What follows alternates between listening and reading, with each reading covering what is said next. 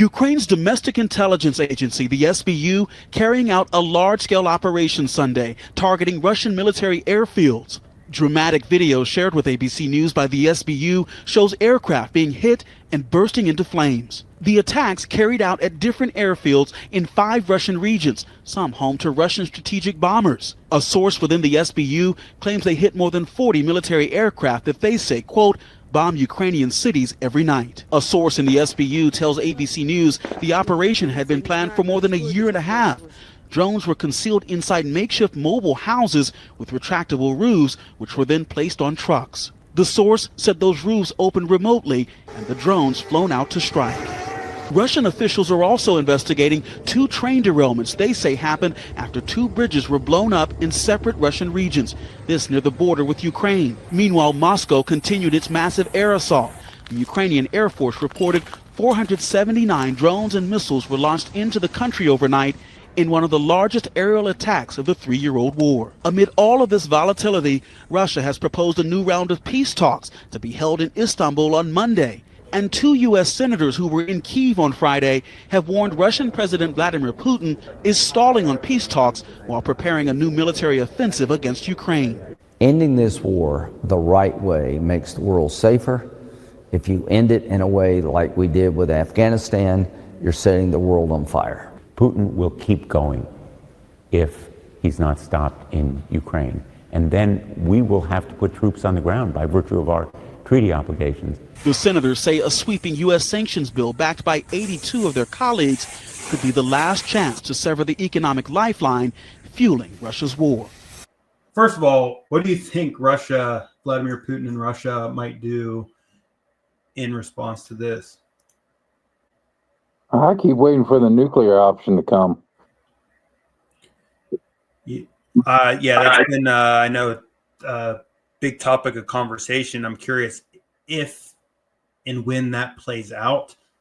This is, there's a lot of speculation as to all of this. One of the key things to me is that they've said that this has been planned for more than a year now, which would put it, well under the Biden administration, although there's no way in my world the Trump administration is not aware of this.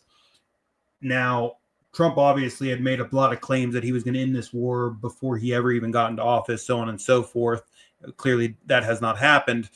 And I think more recently with the peace talks or the ceasefire talks that have been trying to get underway have not gone well. In fact, I think there was a peace talk going on at the time of this attack or whatever. And, I think I had heard that it only lasted 30 minutes or something and didn't really get anywhere. And it's like, well, yeah, no duh. But in my world, there's no way the Trump administration didn't know about this. And I know that Trump had come out recently and basically said that, look, if Putin and Russia don't come to the table in a good faith effort for this ceasefire and all this type of stuff to stop people dying, things are going to change in the way in which he handles it. So the rhetoric has changed a decent amount, and I'm curious if this was something that was planned maybe a year ago, which that makes sense to me because, it would take significant planning for this, but it was backed and approved and at least not hindered by the Trump administration as a show of force against Russia that, look, we're not talking only economic sanctions or things like that to hurt you, but we can also hurt you in other ways, including military, targeted military strikes. And I need to do a little bit more research on this, but from my understanding, this was a significant blow, not only to the psychological aspect of it with Russia, this being this far inland and everything, but also literally the impact it has on their military force. I mean, they have now wiped out a significant portion of their Air Force, from my understanding. I could be somewhat wrong, but that's my understanding of it. Can we check online right now and say what percentage of the Russian Air Force has been wiped out? Yeah, absolutely. So just a quick cursory look at this.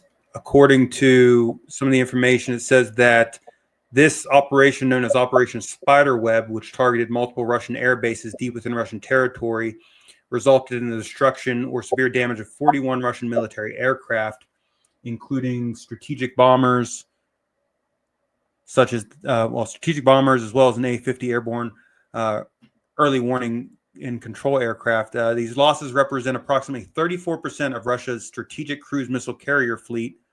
So, 1/3 of their cruise missile carrier fleet. I don't know what that necessarily represents in terms of their overall air force, what that truly means. But clearly losing 1/3 of, I would imagine, any offensive or defensive military capabilities is no bueno. So let me show my age here a bit. For me, everything was the Soviet Union. Mm-hmm. And under the Soviet Union, the Air Force was Aeroflot, which was both their commercial airline service and their military service. Are those still a combined air service? Or under, the fall of the Soviet Union, does Russia now have a civilian air force for commercial flights, etc., and a military air force for the military? Let me find out.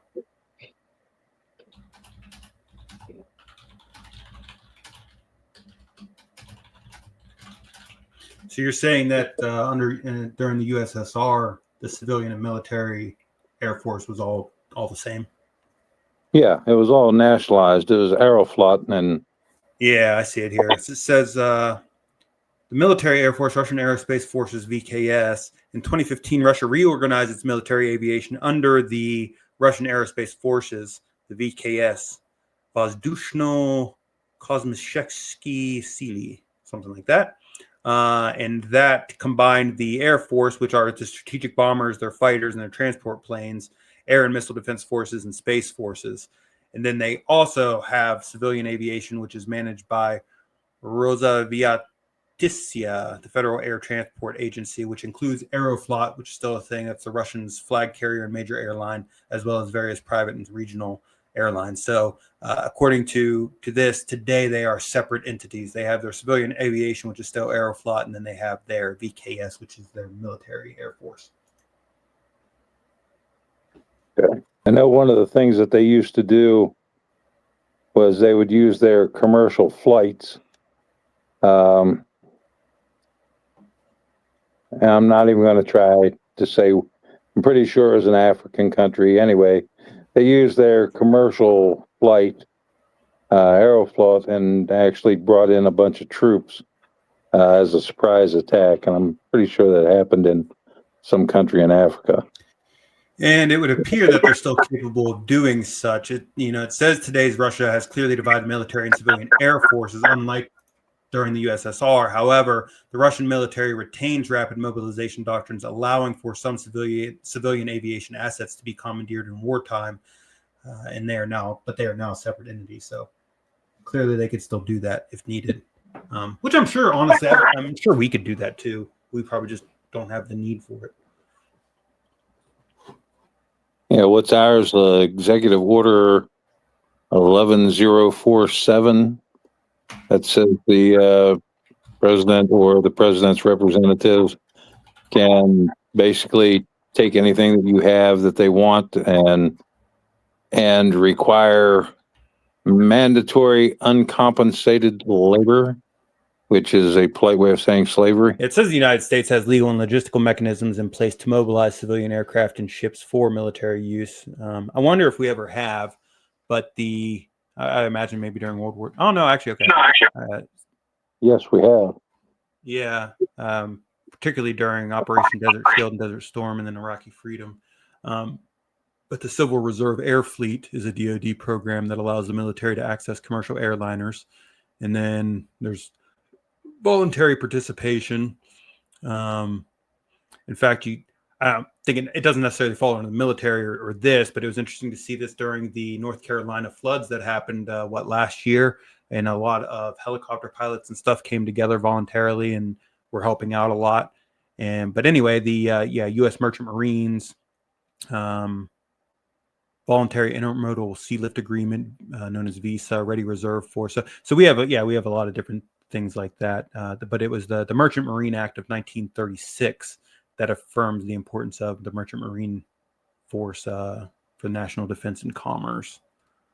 So, yeah, I'm sure that's common for a lot of things. But kind of getting back to the story. So, yeah, this all happened. One, what do you think I guess two things. So I asked you what you thought, Russia's response might be, and I know you said that you're waiting to see the nuclear option, which I know has a lot of people thinking the same thing.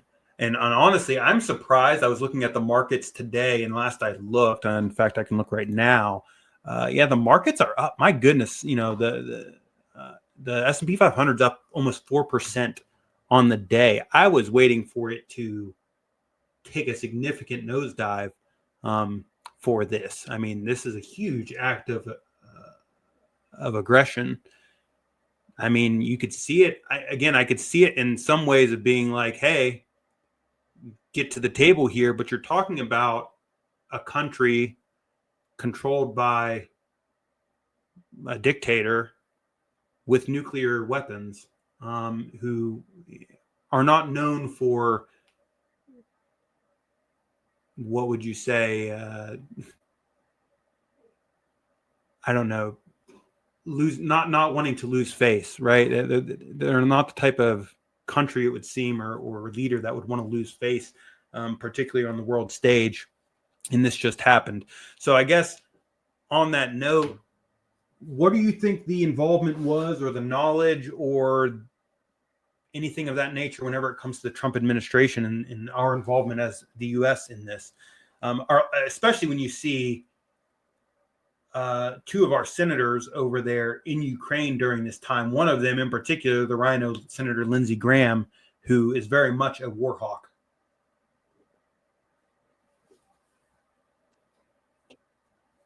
Well, you believe that the Trump administration knew, and I can see why that would be plausible. On the other hand, I know that Trump does not necessarily trust or listen to our intelligence community, and they may not be sharing a lot of stuff with him. And he and Zelensky doesn't get along. Mm-hmm. So I could see a plausible route that the Trump administration knew nothing about what was going on, or at least Trump himself didn't. If Russia doesn't go nuclear, because at this point you got to wonder, would the commanders really listen to Putin if he said, "Hit the big red button"? Who knows?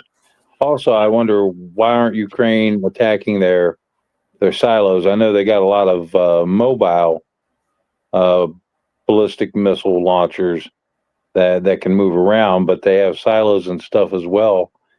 I think that if I were going to attack a stationary target, it would probably be to disable the silos so that they couldn't launch nuclear weapons against me.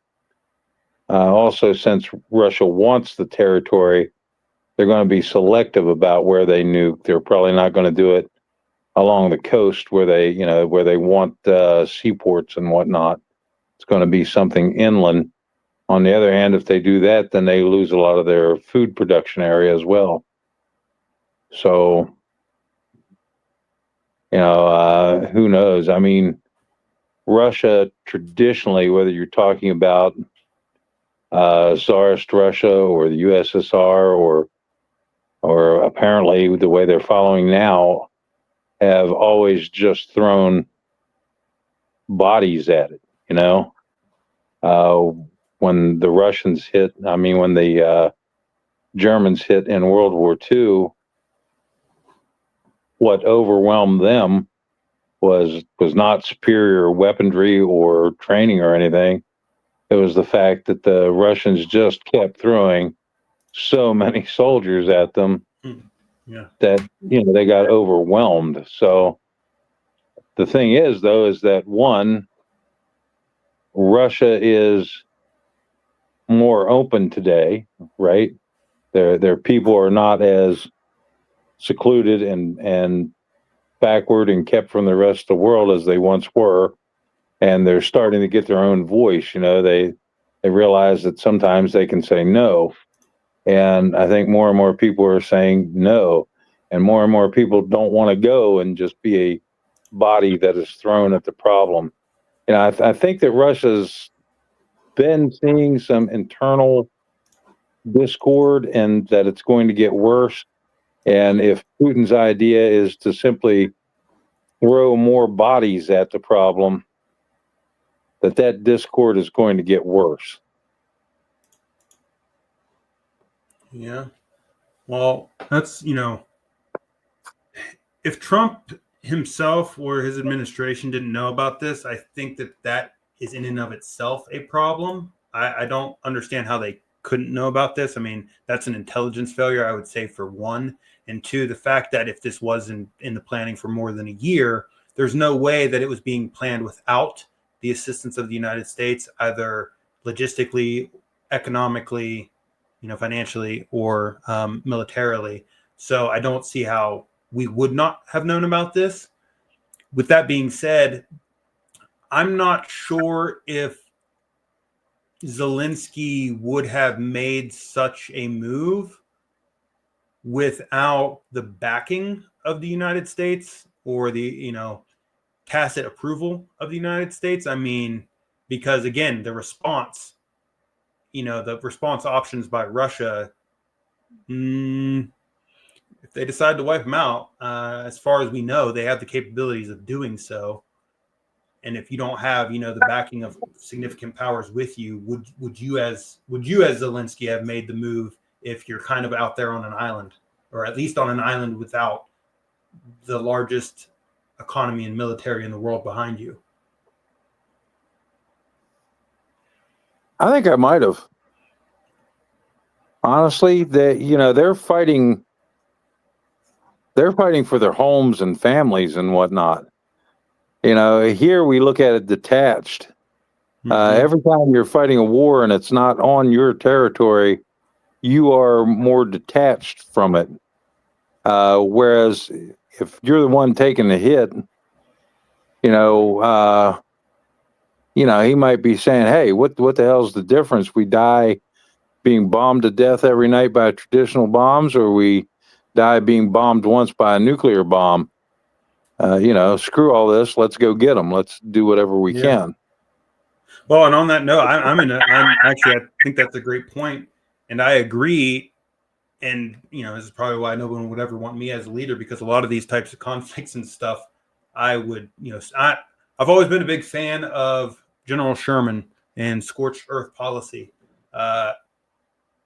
Go big, go hard, and be done with it. Because to your point, is it better to die over 1,000 cuts, being bombed all the time? Is it better to die in one big blast? Or, the world stage doesn't like us because we took defensive actions and did something, and they're going to sanction us, so you die through economic stranglehold. And every scenario leads to the same, at least in the very last scenario, where it's, you want to sanction me or kick me out of the world stage or whatever it might be. I have a fighting chance to handle everything internally to some degree. And it's not like everyone in the world would disapprove with this, so they could find allies elsewhere. But I don't think you're wrong. If there is that possibility. I have to wonder if Russia reaches its boiling point of internal discord, if you will see some kind of a domino effect where the citizenry of China decides to do the same thing. And, quite possibly North Korea. You mean revolt? Yeah. Speaking of, we'll have to talk about that in a different segment, but I'd like to chat about the North Korea failure to launch. I I don't know if you saw that, but yeah, I don't know. It might, although, we've talked about this for a long time. I don't know if it'll come to a boiling point or not. I want to end the segment here with one final question. If Russia does retaliate, and it doesn't have to be the big nuclear blast that we're all thinking about, right? There's many different forms of nukes, or even just other types of conventional warfare and weaponry that they have, that they could do very targeted strikes and stuff. But let's say it is something significant to that degree. What do you think the response is by Ukraine then, and even potentially the world as a whole? I think it depends on how pinpoint they are. I think that if Russia were to send one or two nuclear missiles that hit well within Ukraine territory and didn't pass through anybody else's airspace, then they might get by with it. I think that if one of those missiles went through somebody else's airspace or hit a little too close to the border, I think Poland would definitely jump in. Poland hates the Russians like nobody's business. Well, they And also recently, though, voted in that very Poland first, Trump-esque president in Poland, who's very much Poland first. Why do you think Poland would want to get involved in a war they're not involved in? I mean, maybe a missile passed through, but at the end of the day, do I really want to start a war that I have no business being in?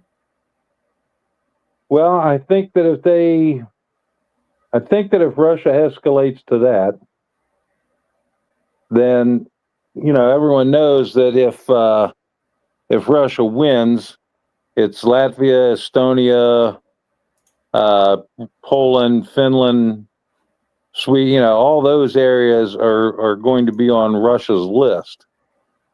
And with the rabid hatred that Poland has for the Russians, I would guess that they might say, well, right now, while their Air Force is down, right now, while they're distracted, right now, while the Ukraine can stand up and, still fight a little bit, well, let's attack them. Attack Russia from multiple fronts and just obliterate them. That might be the call to arms. I mean, Russia spent a long time making everyone around them hate them. True enough.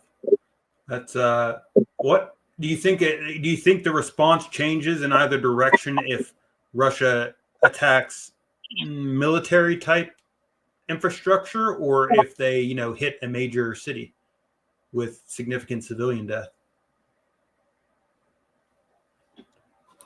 I would say if they kept it at the military stuff, they have a better chance of sliding by.